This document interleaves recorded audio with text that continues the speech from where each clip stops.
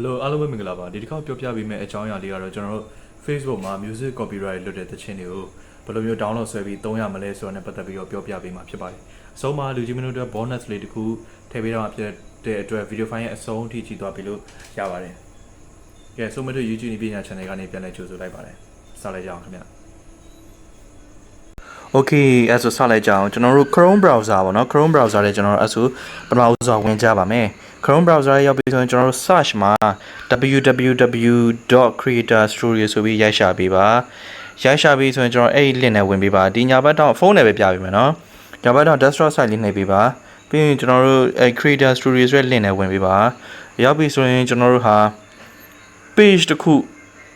အဲ့ Creator Studio ရဲ့မှာချိန်ထားတဲ့ page တစ်ခုတည်းဒါသူဝင်ပေးပေါ့နော်ပြီးရင်ကျွန်တော်တို့အမှ monetization အောက်ကဒီပေါ့ auto ဆိုတာလေးနှိပ်ပေးပါ auto ဆိုတာလေးနှိပ်ပြီးရင်ကျွန်တော်တို့ဟာအဲ့ဒီမှာ sound collection လေးနှိပ်ပေးပါဒါလေးနော် sound collection လေးနှိပ်ပေးပါပြီးရင်ကျွန်တော်တို့အဲ့မှာတခြင်းတွေ download track စတယ်ပေါ့နော် download လုပ်ရပါပြီတပုတ်ချင်းစီပေါ့နော်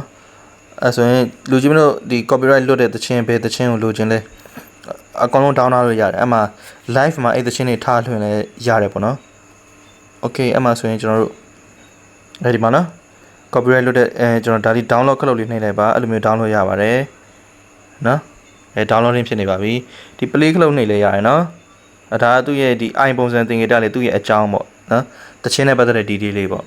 okay ကျွန်တော် download စလုပ်နေပါပြီ details မှာတစ်ချက်ကြည့်ရအောင် download details လေးမှာ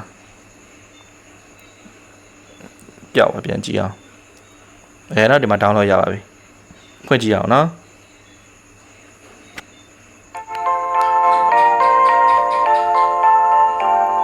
အဲ့ဆိုဗီဒီယိုအသစ်တင်နှန်းသိအောင်ကျွန်တော် channel လေးကို subscribe လုပ်သွားပြီလို့လည်းရပါတယ်အားလုံးကျေးဇူးတင်ပါတယ်ထပ်မံပြီးသိလို့တဲ့အကြောင်းအရာတွေ comment မှာတောင်းဆိုသွားလို့ရပါတယ်ခင်ဗျဟုတ်ကဲ့ပါခင်ဗျ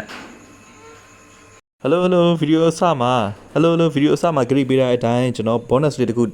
ပြောပြပေးပါဦးမယ်အဲ့ဒါကျွန်တော် Telegram ပညာဒါန channel လေးပဲဖြစ်ပါတယ်နော်ဒီမှာဆိုရင် ethical hacking ဘိုင်းနဲ့ပတ်သက်တဲ့အဟာတွေ terms website နဲ့ပတ်သက်တဲ့အကြောင်းအရာတွေနော်ဒါတွေမျှဝေပေးတာဖြစ်ပါတယ်ဒီ